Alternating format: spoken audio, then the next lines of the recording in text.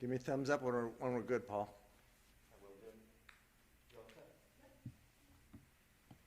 All right. My name is Jeff Anderson, and I am the founder of the law firm Jeff Anderson and Associates. I'm here with colleagues who will introduce themselves, and we're here also to announce, and on behalf of two very courageous survivors, lawsuits that have been filed by each of them, naming Monsignor Craig Francis Harrison as an offender, as an abuser of each of them. And in each of these suits, now filed as of yesterday, one is identified as Doe 430, the other is identified as Doe 429. And they are identified anonymously as victims of Harrison because the law protects their privacy. And the law in California now gives survivors an opportunity to have a voice, to take an action, to expose an offender and or a practice that has been employed by the Catholic bishop in Fresno. And we stand here with them today, grateful for their courage and answering the imperative that there is a peril. That there is a peril posed by Monsignor Harrison, not just to these children, but to children, past and we believe present, and that there's a peril posed by the practices employed by the Catholic bishop in Fresno. And we'll talk more about that. First, let's talk about the lawsuits filed. In the case of Doe 430, under the Child Victims Act, he has named actually Monsignor Harrison as an offender, and in it has claimed and asserted that beginning at the age of 13 to 14, while Harrison was a pastor at St. Francis of Assisi in Bakersfield, that he repeatedly violated that child, who was a devout Catholic under the control of Father Harrison, who allured him in to his rectory and violated him there repeatedly. And that's set forth in this complaint.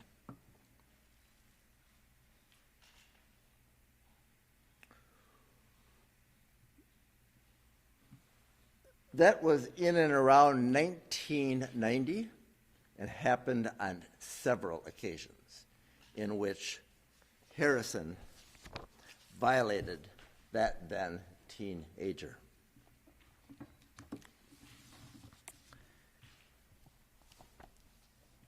The second suit, also filed, is under a pseudonym, and under California law, the privacy of the survivors gets protected, and they're allowed to use Doe, in this case, Doe 429. And in this case, it names Monsignor Harrison as the offender, while Doe 429 was then a parishioner with his parents at St. Joseph's in Faribault. And while in the rectory and while a teenager, Harrison violated that child, betrayed that trust of that child and that family repeatedly in the mid-1990s. According to the complaint, that would be 1993 to 1995 timeframe. when he was then a teenager, between the ages of 15 to 17.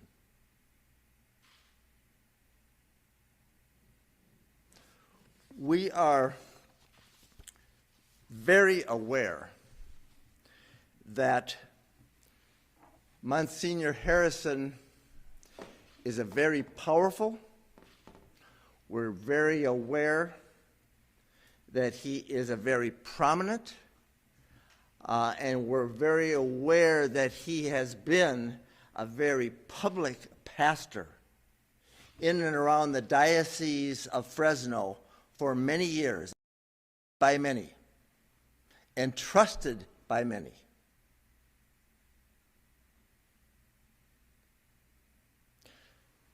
But what we also know, and have developed a body of evidence to show, as we allege in these suits, that as powerful as he is, and as prominent as he has been as a pastor and as a Monsignor assigned by the bishops, he's also a predator.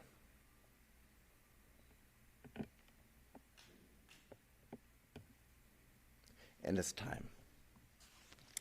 And we applaud the courage of each of these survivors who have filed each of these cases in having the courage to share the secret that they carried in shame for so many years, and to have both reported to law enforcement and now under the Child Victims Act in California been given the chance to have a voice, to identify the individual, in this case the cleric, Monsignor Harrison, that violated each of them repeatedly as vulnerable youth.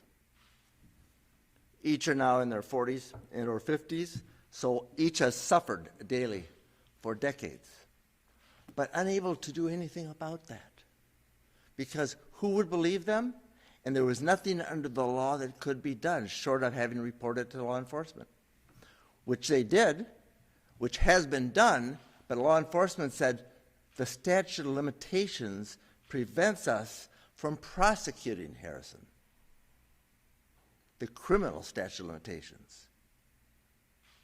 But fortunately for those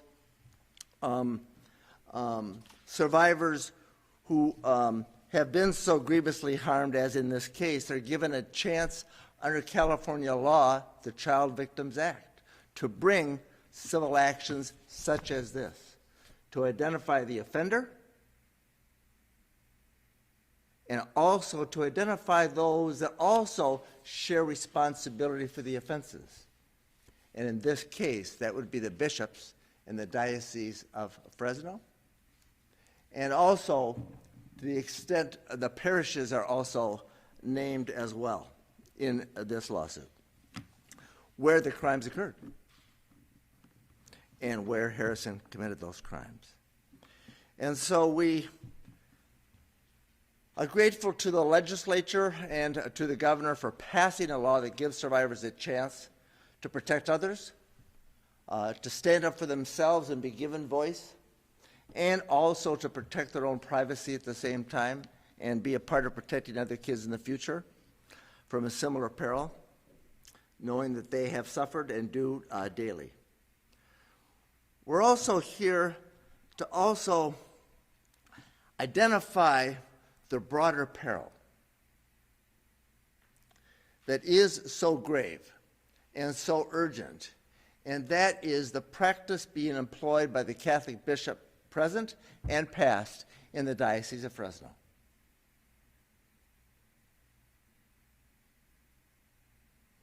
Currently, it is Bishop Brennan. And he and his predecessor bishops, who we picture to my right, have all made conscious choices that are both dangerous and perilous, to not just protect offenders like Harrison, but protect other offenders, and not come clean with what they know about who they are, and where they hurt kids when they worked in the Diocese of Fresno. We and the survivors with whom we've worked in this community and across this state for many years, and now decades, have been deeply familiar with the perilous practices employed by the Catholic bishops in Fresno. And because of that, we felt that more needed to be known and told about the perils that have existed. And as a result, over 2 years ago, we issued a report that identified all the offenders who had been publicly accused, who were clerics that had worked in the Diocese of Fresno. We called it the Anderson Report. It's over 2 years ago we issued that report. And in that report, we identified then over 42, I think it was 42 priests, clerics that had worked in the Diocese of Fresno, who had been at some point accused publicly of childhood sexual abuse. And the reason we issued this report, based on evidence we had assembled and publicly available, is because the bishops hadn't. And so we're here today not just to announce the filing of these 2 lawsuits against Monsignor Harrison, but we're here to implore Bishop Brennan to release his list, to release the list that we know he has, that he has chosen to keep secret as his predecessors before had. And it is the list of the priests that he knows have been, in their view, and in the diocese's view, credibly accused of childhood sexual abuse. We put Harrison on our list and in the Anderson Report. And we implore Bishop Brennan today, implore you, Bishop, release the list. The identities of those priests who you know have been credibly accused of childhood sexual abuse.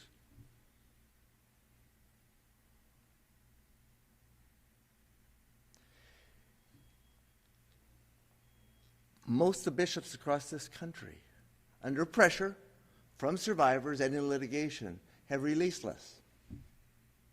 And most of the bishops in California have too. Bishop Brennan has chosen to keep it secret. Bishop Brennan has a list. He knows the names, he knows the histories, and he has evidence in his files. So today we're here not just to applaud the courage of these 2 survivors that have brought suit and to support them in their recovery, but to urge this bishop to just come clean. Release the list. Let the people, let the parishioners, let the public, and let the police know what you know. We urge you to. And as I said, most of the bishops under pressure, certainly in California and across this country, have now done that. It's time. It's past time.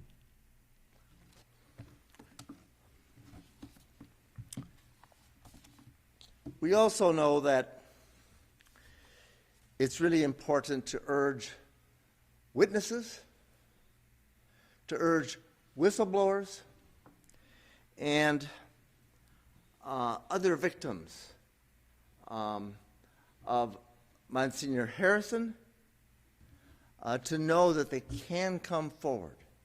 They can report to law enforcement privately.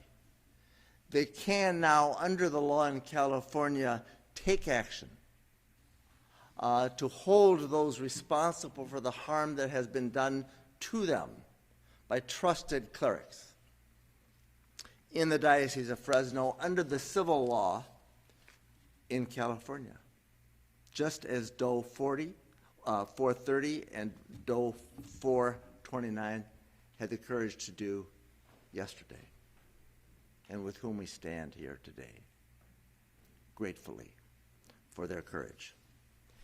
And we urge witnesses, whistleblowers, and others having evidence of these crimes committed by Harrison and others to come forward and to know that you can do so safely, and to know that when you do, you can protect other kids in the future, because that's what DOE 430 want.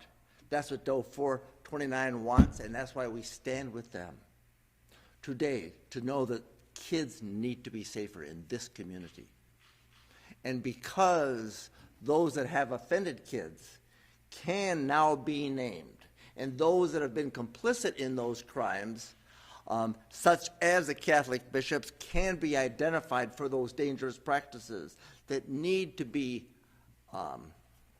named and called out, identified, and cleaned up. And so, gratitude to the survivors, and gratitude to my colleagues here, and I stand with Joe George Jr., and in his office in Sacramento, we have jointly filed these lawsuits together and continue to work together to help these survivors.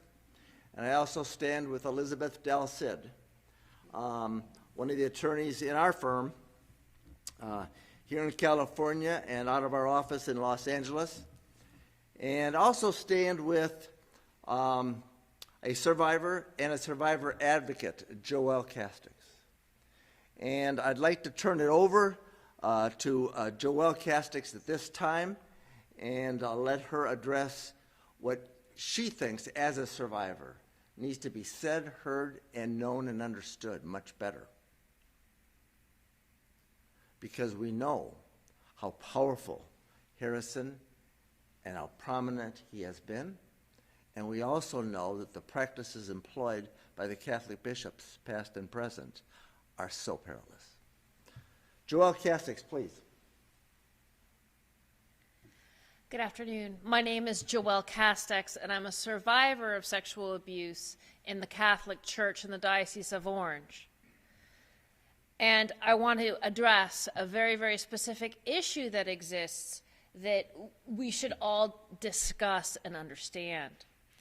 When I first came forward about my own abuse in the 80s, the man who sexually abused me over a 2-year period had ended up giving me a sexually transmitted disease and getting me pregnant.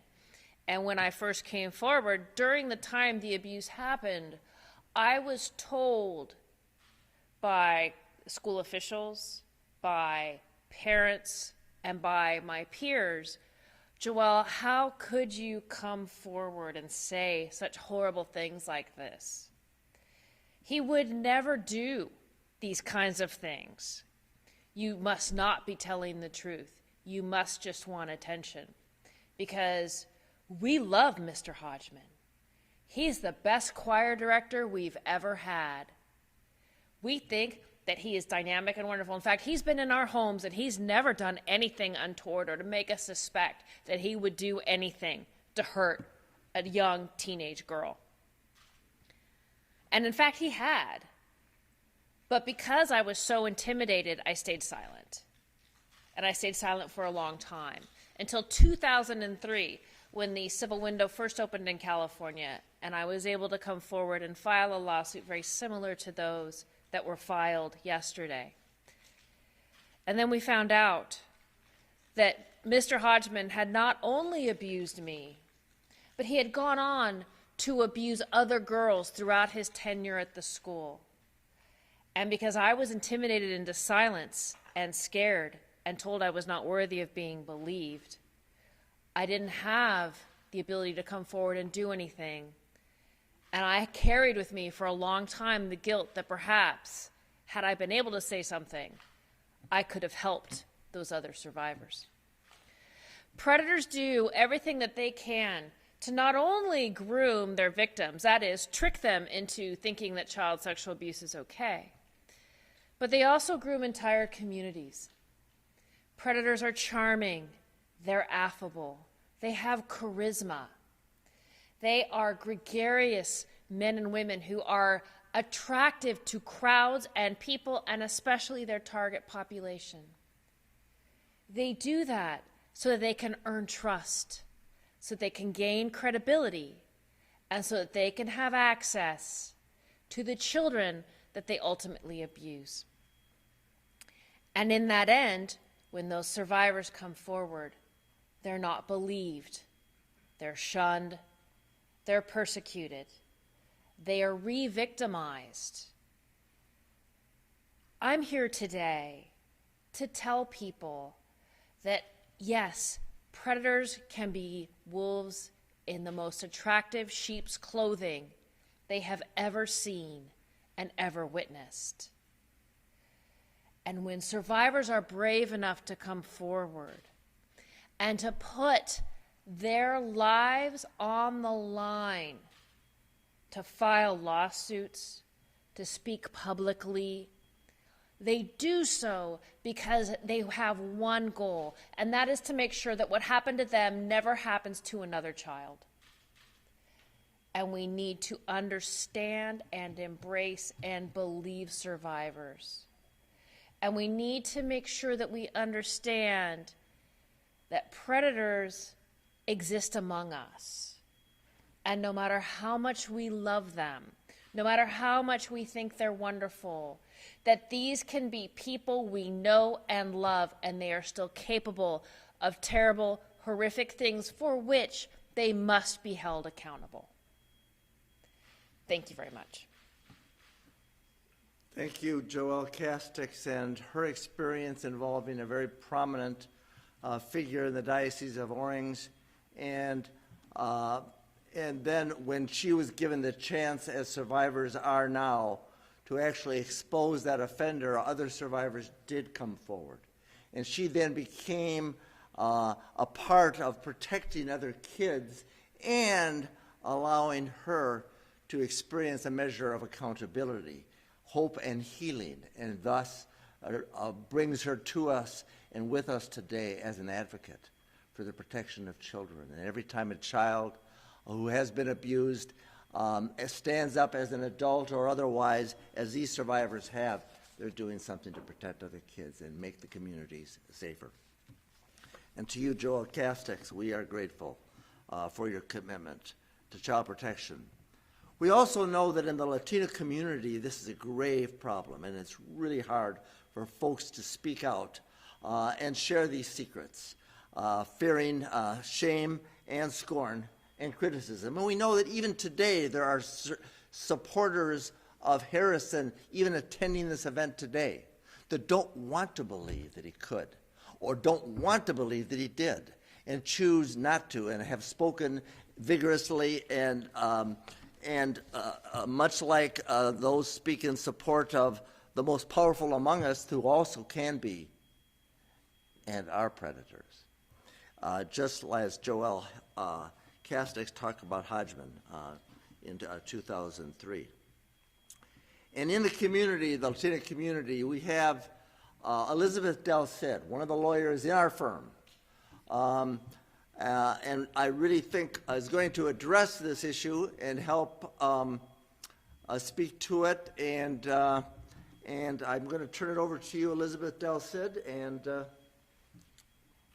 give it to us. Buenas tardes. Mi nombre es Elizabeth Del Cid y soy abogada con el bufete de abogados Jeff Anderson and Associates. Estamos aquí hoy no nomás para agradecer, pero también apoyar a dos valientes sobrevivientes de abuso sexual cuando eran niños, y el depredador en este caso fue un sacerdote católico.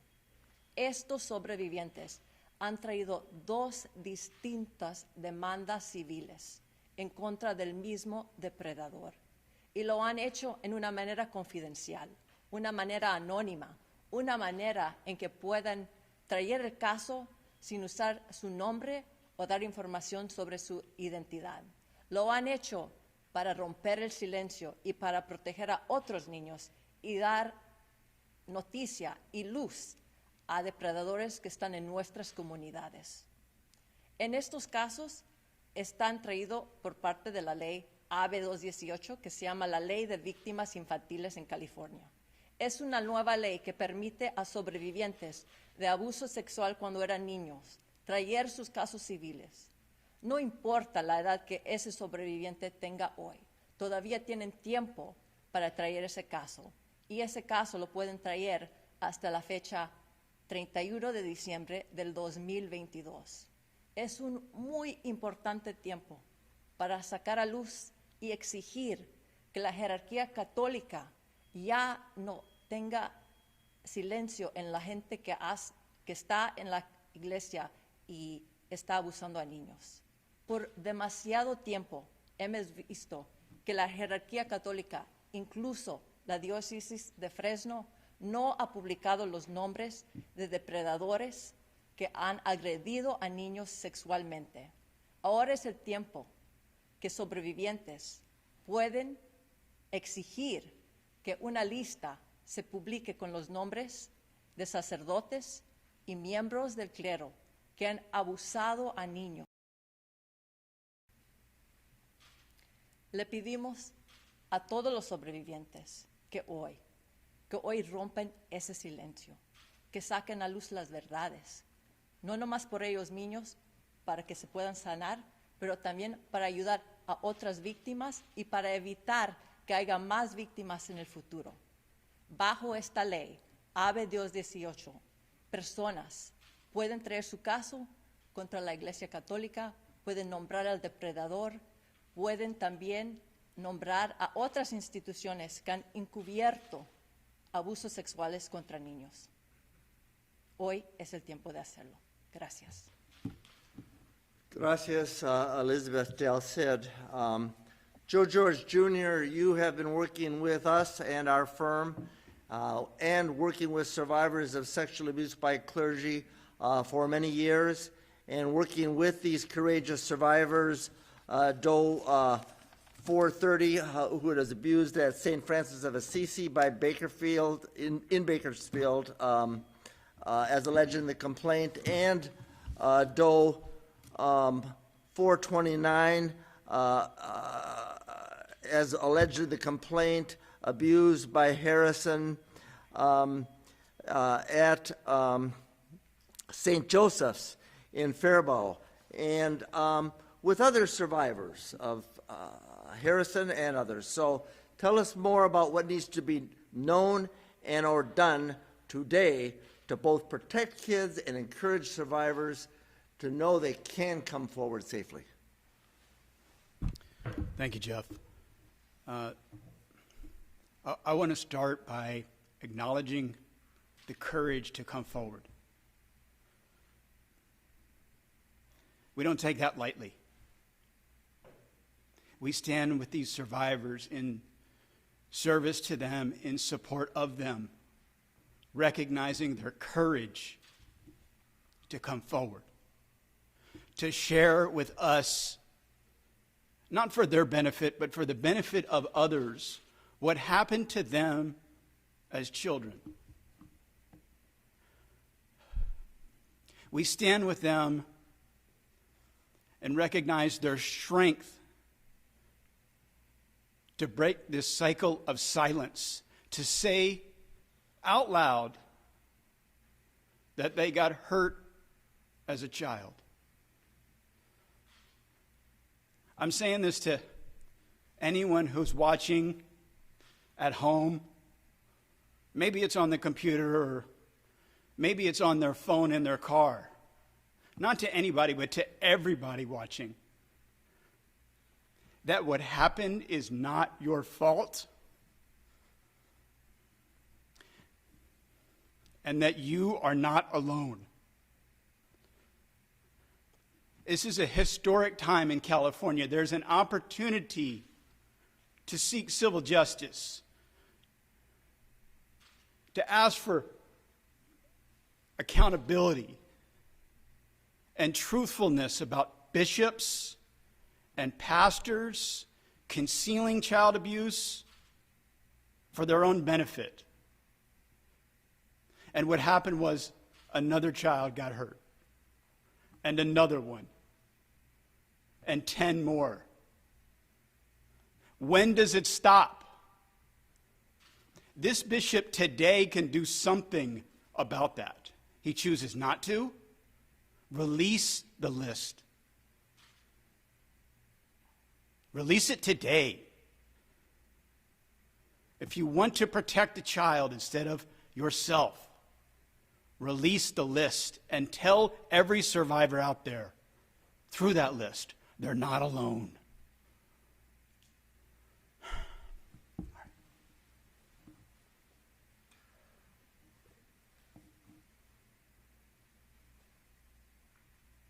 And also to the survivors with whom we stand here today who had the courage to bring these suits anonymously. You're not alone. And you're not the only ones who are hurt by Harrison. We have developed a body of evidence and we have interviewed others with whom we're working that report same and similar conduct. You're not alone. And we believe you, and we believe we can prove it, and that's why these suits have been brought. We also urge the bishop to do the right thing, and it's never too late to do the right thing, and it's never too late to do what you can to protect others in the future, and let survivors know about all the offenders that you and your office and your predecessors have known about. It's time. It's past time. Get it done, and get it done now. And to all the survivors that have come forward that give us the opportunity to share this journey with them of hope, help, healing, and child protection, we express gratitude. And in this diocese, we express and implore the top officials and the Catholic bishop to do the right thing and have the courage to expose the secrets and the names, the identities of all those offenders known to you and your offices. It's time. Thank you. We'll take questions. Harrison's attorney says this is ultimately about money. What is your response to that? Look, this is first about giving the survivors a chance to have a voice and to get help, hope, and healing. And it's about giving the survivors and standing with them a chance to protect other kids in the future. And offenders like Harrison and his attorney will want to say it's about something else other than child abuse and the harm that's caused by what he did and what he has been allowed to have done. To how many, we don't know. And so it is about truth, and it is about the absence of truth having been spoken and shared by the Catholic bishops and the practices they've employed. And it's about cleaning it up and making it better and working with them to make sure that together in this community and across this country, we do better to protect our kids and to help those that have been hurt and that have suffered in silence for so long, and in shame and in fear and coerced, the same way Harrison did and so many others like him.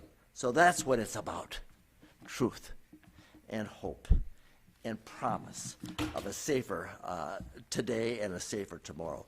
That's what it's about. And you filed these two suits. Are there any other victims that you're aware of that you're planning to bring on? We filed these two suits yesterday, naming the diocese and naming Harrison, as well as the parishes where were the scenes of the crimes committed by him. And we are working with others who have been interviewed and whom we believe. And there's more to come on that when we feel that they're able and we're able to move on that. And for today, we know that, and that there's a body of evidence that has been developed and we're developing. We know that reports have been made to law enforcement, and we also know that the district attorney in Fresno said the allegations appear credible on some other reports that have been made to law enforcement, but they couldn't do anything with it and prosecute Harrison because of the criminal statute of limitations. We can expose Harrison because the civil statute of limitations has not expired the way the criminal statute of limitations had on the reports that were made against him and that have been publicly reported. So that means there is hope, there is chance. Come forward if you have evidence or you know more. It's time to report it to law enforcement and to know that you're not alone. You said one of the lawsuits was filed in Alameda County. Where was the other one filed? Yeah, both the lawsuits have been filed in Alameda County, and they're a part now of a coordinated proceeding that in Northern California has been coordinated. And it's all the Catholic dioceses in Northern California have been coordinated so that they can be filed in Alameda. And we're a part of that coordination, and there are many hundreds of suits that will be under the Child Victims Act. And under that coordinated proceeding, these two cases have now been filed, and other cases that we have filed and will be filed can be filed there, and that's why that is the locus, the location. It's also important to note another thing. In that coordinated proceeding, the Catholic bishops, including the bishop for the Diocese of Fresno, challenged the new law. And they said, this law is unconstitutional. And they argued to the judge presiding that in Northern California, you can't open up the statute of limitations. Well, the judge ruled that it is constitutional. And victims have a right.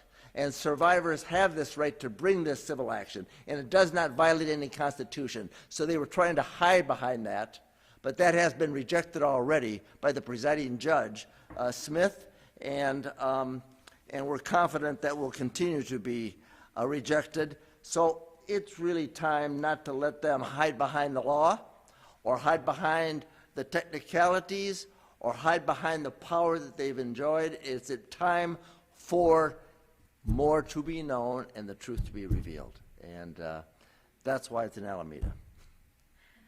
You said that Harrison poses peril to children currently. Why do you say that? Do you have evidence to support that? We believe that this Monsignor has a history that evidences a pattern and a practice that could be and may even be of a serial nature. We don't know that yet, but we know that there are multiple survivors who have made multiple reports to law enforcement and to us, reporting same and similar conduct, which is criminal sexual conduct, that is abuse of teens, teenagers under his power and control. And so when we know what the past has been, and we have the evidence of what was, it makes us concerned about the present and the future and the peril that exists, not just past, not just present and future, as he roams the landscape. He may have been removed from his faculties and his position as a pastor, but we're concerned he's a predator. And that's why lawsuits like this need to be brought, and the truth needs to be revealed. You said that Joe 430 attended a youth parish in Bakersfield. Is that victim actually from the Bakersfield community? I can't speak to that question though, about a particular victim.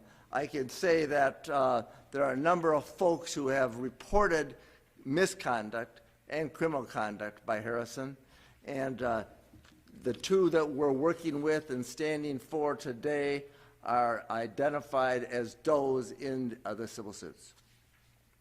And do either of the plaintiffs have a connection to the allegation that was made in 1998 about Harrison?